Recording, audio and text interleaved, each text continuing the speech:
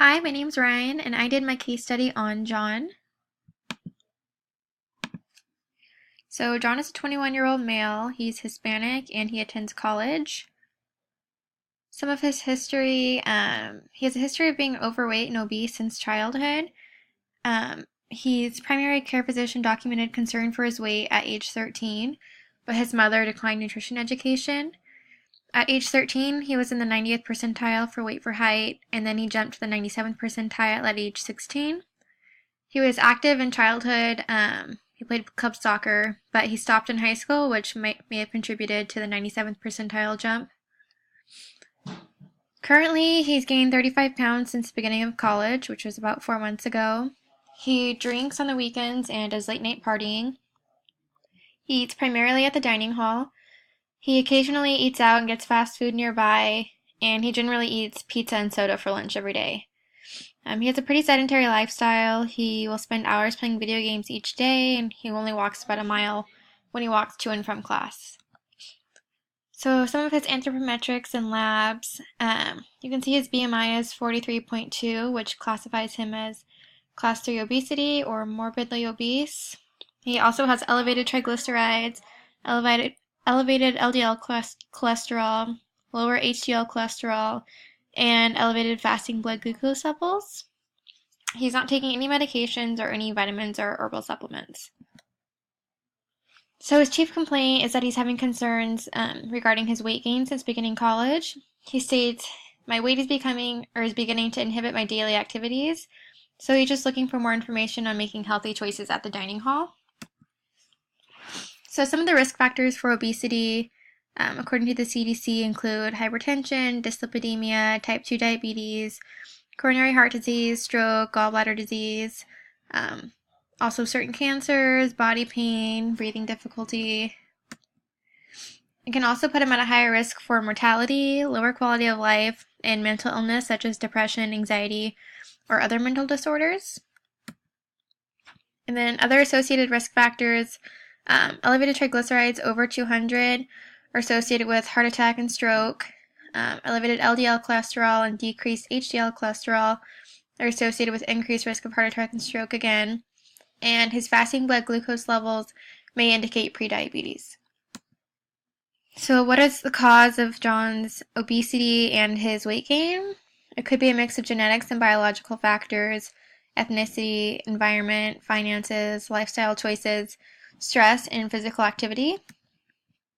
So starting with genetics and biological factors, leptin resistance could be one explanation. Leptin is responsible for decreasing hunger. When in leptin resistance, receptors no longer bind with leptin, meaning a person doesn't have that fullness cue, which can cause them to overeat and therefore gain weight, and then have even more leptin resistance. So it's kind of a vicious cycle, which can slow metabolism. Dopamine can also affect a person's eating, so it can activate the reward and pleasure centers in the brain, and it may be blocked in obese individuals due to chronic exposure of highly palatable foods. This increases the reward-seeking behavior, such as overeating.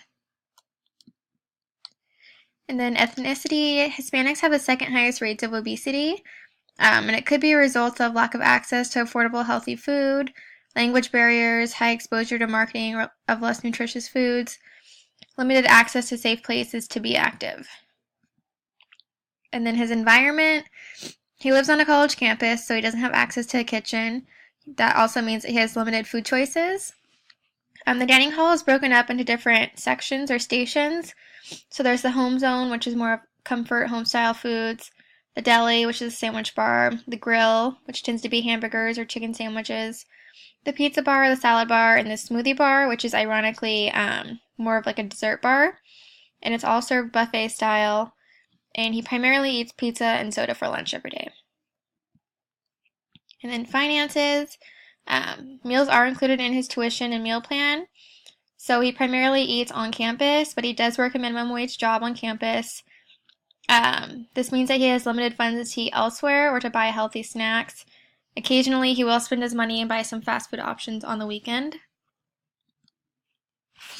Sugar-sweetened beverages, like John said, he eats a soda every day at lunch. A 20-year study on 120,000 people revealed that increasing soda consumption by 1 12-ounce serving per day resulted in an extra 1 pound gain every 4 years.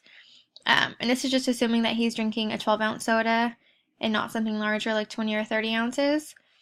There's also a 20% increase in men having a heart attack, and it provides extra calories with no nutritional value. And then John's physical activity, he's led a pretty sedentary lifestyle since high school. He only walks about 1 mile per day, spends most of his free time playing video games, and as we know, increased screen time may result in decreased activity, increased snacking, and decreased metabolism. So his lifestyle choices, he does drink on the weekends. So alcohol has a higher energy content of 7.1 calories per gram, so it's higher than both carbs and protein. Alcohol may also increase energy intake, not only from the calorie content in alcohol, but also from overeating and snacking while you're drinking. And it also enhances the positive fat balance, primarily in the abdomen. And then another cause of obesity could be lack of sleep. He is partying late at night, and he's studying late at night because he's in college. So sleep deprivation may result in obesity. The National Sleep Foundation recommends adults get 7 to 8 hours per night, and adults who get less than 7 hours are at a higher risk of gaining weight and having poor health outcomes. Lack of sleep leads to increased snacking, increased meal consumption per day, and the preference for energy-dense foods. And this mechanism occurs through lack of energy to participate in physical activity, more opportunities to eat, and the disruption in the balance of key hormones that regulate appetite. So this is ghrelin and leptin. Ghrelin will increase and leptin will decrease. So you're feeling more hungry and you're not feeling full. And then lastly is stress, just the stress of being in college or being in a new place. Stress leads to making poor food choices. Your body will release cortisol, which increases the desire for sugary or fatty foods, increases appetite, and increases fat storage. So of all the factors, food intake is most likely the cause of his obesity and recent weight gain. This could be from sugar-sweetened beverages, fatty foods, and his lunch alone may contribute upwards of 720 calories. His sedentary lifestyle is also to blame. He spends a lot of time in front of the screen with limited movement. And lastly, genetics also contributes. He does have a history of being overweight and obese since childhood, so part of this could be his genetic makeup. So for his treatment plan, we need a multidisciplinary approach, including diet modifications, and exercise prescription, stress control, increased sleep recommendations, all of that combined. So the American Academy of Family Physicians suggests that they participate in 6 months or greater in a comprehensive lifestyle program, and a modest weight loss of 3 to 5% alone could have meaningful health benefits. So beginning with weight loss, his ideal body weight is 166 pounds using the Hamway method, meaning that he's 181% of his ideal body weight, making him 135 pounds overweight. So slow, gradual weight loss has been proven more successful. This would be about 1 to 2 pounds per week. And as we know, 1 pound is equal to 3,500 calories.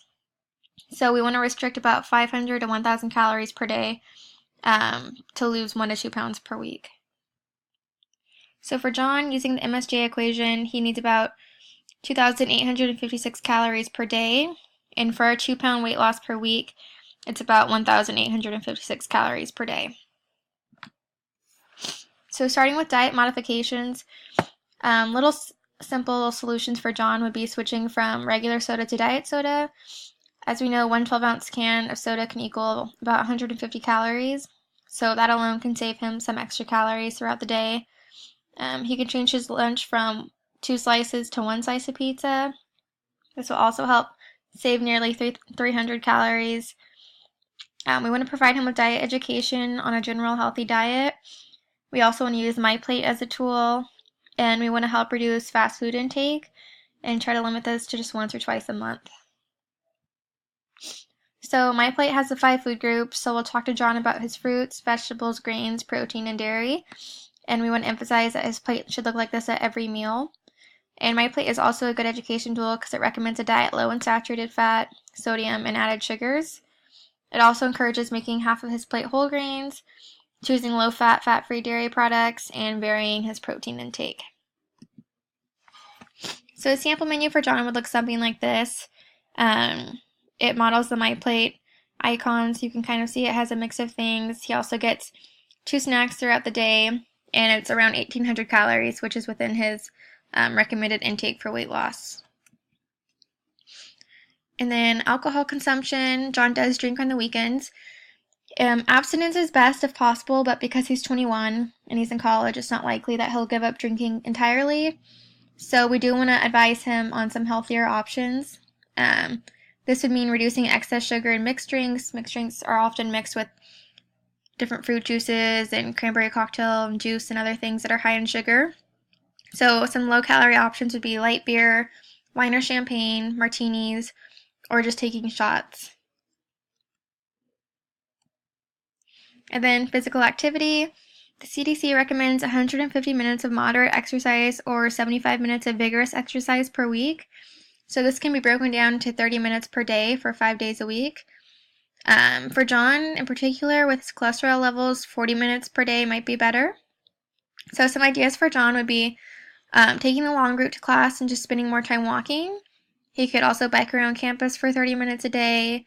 He has access to the free gym on campus where he can do free fitness classes or just use, the treadmills and weights. Or he can even consider joining the intramural soccer team since he used to play soccer as a kid. And then managing stress and sleep. The American Psychological Association recommends taking a break from the stressor, exercising, smiling or laughing, getting social support, and meditating to help control stress. And he should really aim for 7 to 8 hours of sleep per night. So on nights that he's partying late at night, he can try to sleep in the next day if he's able to. And if he's up late studying, he can try to plan ahead and manage his time better so he doesn't have to stay up all night. So some SMART goals for John would be 1. Reduce the amount of sugar-filled beverages consumed to 2 per week. 2. Participate in 30 minutes of physical activity 5 days per week. And 3. In the next 2 months, lose 15 pounds with a steady weight loss of 1 to 2 pounds per week.